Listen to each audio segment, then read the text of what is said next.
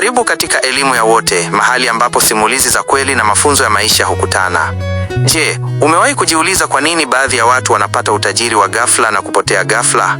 Au je, unajua kuwa nyuma ya uzuri wa mwanamke na harufu ya manukato yake kunaweza kuwa na siri nzito inayotikisa ulimwengu? Leo tunakuletea mkasa wa kusisimua wa binti Nguva na parfum zake. Hii si hadithi tu, bali ni fundisho kwa kila anayefuata tamaa ya macho na kusahau utu. Tulia, sikiliza na ufungue macho ya roho yako, maana simulizi hii inakwenda kubadilisha mtazamo wako kuhusu dunia tunayoishi.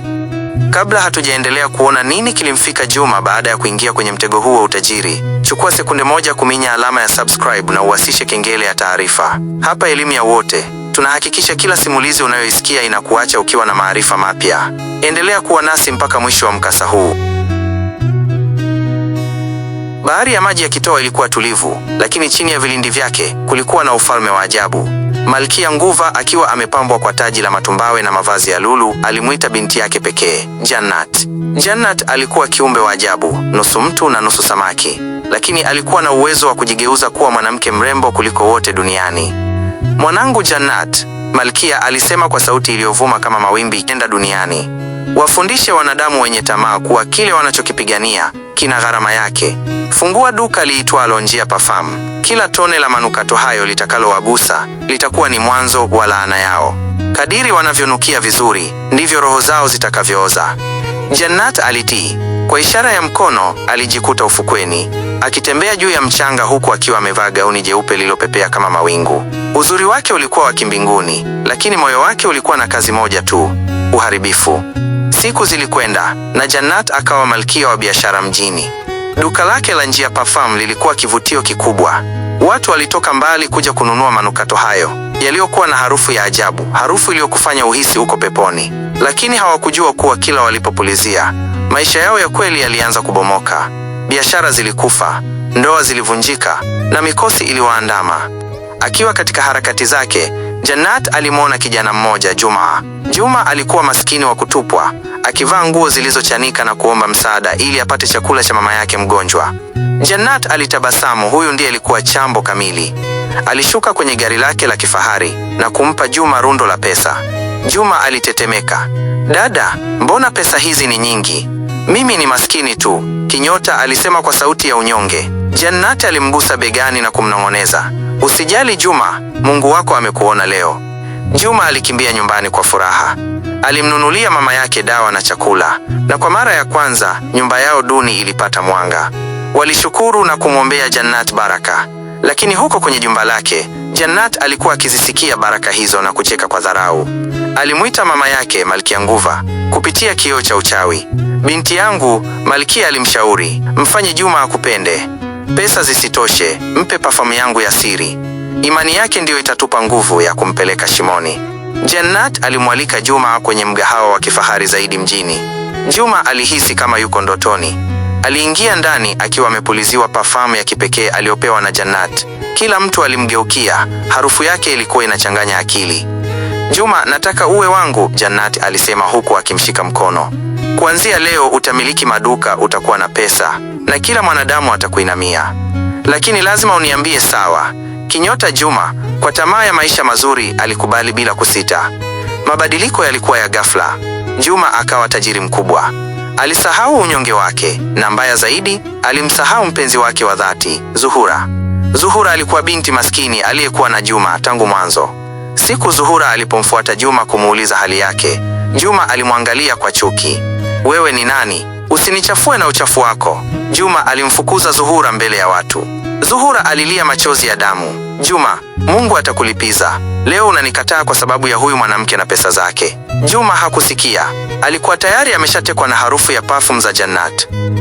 Siku baada ya siku, Juma alizidi kuwa tajiri, lakini roho yake ikazidi kuwa kavu. Alianza kuota ndoto za ajabu za watu wenye mikia ya samaki. Siku moja Jannat alimwambia, "Mume wangu, leo ni siku ya kwenda kuonana na mama yangu ili tufunge ndoa rasmi." Juma alifurahi akidhani anaenda kwenye jumba lingine la kifahari. Jannat alimpeleka mpaka ukingo wa bahari ya maji ya Kitoa. Kabla Juma hajashtuka, Jannat alijigeuza na kuwa na mkia mrefu na kumvuta Juma ndani ya maji. Huko chini ya maji, Juma alijikuta kwenye ulimwengu wa ajabu. Hakukuwa na hewa, bali uchawi uliomfanya apumue. Alimwona Malkia Nguva akiwa amemsubiri. Harusi ilifungwa, lakini haikuwa harusi ya furaha. Juma aligundua kuwa yeye sasa ni mtumwa wa ujinini. Utajiri wake wote duniani ulikuwa ni geresha. Roho yake ilikuwa imeshashikiliwa. Juma aliishi huko ujinini, akijuta kwa nini alifuata tamaa ya pesa na perfume za Jannat. Alimkumbuka Zuhura na mama yake, lakini ilikuwa tayari kuchelewa. Dunia ilimjua kama tajiri aliyepotea kimazingara, lakini ukweli ni kwamba alikuwa amenaswa kwenye mtego wa binti Nguva. Baada ya Juma kutokomea kimazingara, mji mzima ulibaki na maswali. Magari yake ya kifahari yalibaki yamepaki. Duka la Njia Parfum lilifungwa ghafla na Jannat hakuonekana tena. Kila mtu alisema Juma ameliwa na utajiri wake, lakini Zuhura hakuamini. Moyo wake ulimwambia Juma yuko hai, lakini yuko kwenye kifungo kizito. Siku moja usiku, Zuhura akiwa amelala kwa majonzi, aliota ndoto ya ajabu. Alimwona Juma akiwa amefungwa minyororo ya lulu chini ya maji ya kijani, huku akimuita kwa sauti ya chini, "Zuhura, niokoe, harufu ya perfume inaniua." Zuhura alizinduka huku akitiririka jasho. Alijua lazima afanye kitu. Zuhura aliamua kwenda kutafuta msaada kwa babu mmoja anayeishi pembezoni mwa mji, anayeitwa Mzee Tabu. Mzee huyu alikuwa anajulikana kwa kujua siri za bahari na viumbe wa kale. Alipofika, Mzee Tabu alimtazama Zuhura na kutikisa kichwa. "Binti yangu, unamtafuta mtu aliyekanyaga njia ya laana. Juma hajapotea, amechukuliwa kuwa mume wa dhabihu na binti Nguva." Utajiri ule haukuwa pesa, bali ulikuwa ni chambo cha kunasa roho yake kupitia harufu ya manukato. Zuhura alipiga magoti akilia, "Kinyota babu, nisaidie. Nilimpenda Juma kabla hajawa na kitu, siwezi kumwacha apotee." Mzee Tabu alimpa Zuhura chupa ndogo ya udongo yenye mafuta ya ajabu na kumwambia, "Haya ni mafuta ya mvuje wa kale. Manukato ya Jannati yanategemea uzuri na uongo, lakini mafuta haya yana harufu ya ukweli. Ukifika ufukweni, yapake mwilini mwako. Yatakulinda usinaswe na uchawi wa majini, na yatakufanya uone kile ambacho macho ya binadamu hawawezi kuona." Zuhura alielekea ufukwe wa maji yakitoa saa 9 za usiku. Alijipaka yale mafuta na kuanza kuita jina la Juma kwa uchungu. Ghafla, maji yalianza kutetemeka na kutoa mapovu makubwa. Jannat alitokea akiwa nusu mtu nusu samaki, uso wake ukiwa na hasira kali. "Wewe binti maskini, unatafuta nini hapa? Juma ni mume wangu sasa, anaishi kwenye ufalme wa dhahabu na lulu." Jannat alifoka huku akitoa harufu kali ya manukato yake ili kumlevya Zuhura. Lakini kwa sababu ya mafuta ya Mzee Tabu, Zuhura hakuyasikia manukato yale. Alijibu kwa ujasiri, "Utajiri wako ni wa uongo. Juma hayuko huru, ni mfungwa wako. Upendo wa kweli una nguvu kuliko uchawi wako wa majini." Kule chini ya maji, Juma alikuwa amekaa karibu na Malkia Nguva, akionekana kama mtu aliyepoteza akili. Lakini sauti ya Zuhura ilipopenya kwenye maji, ilisikika kama kengele ya ukweli. Kumbukumbu za maisha yao ya umaskini, lakini yenye furaha zilianza kumrudia.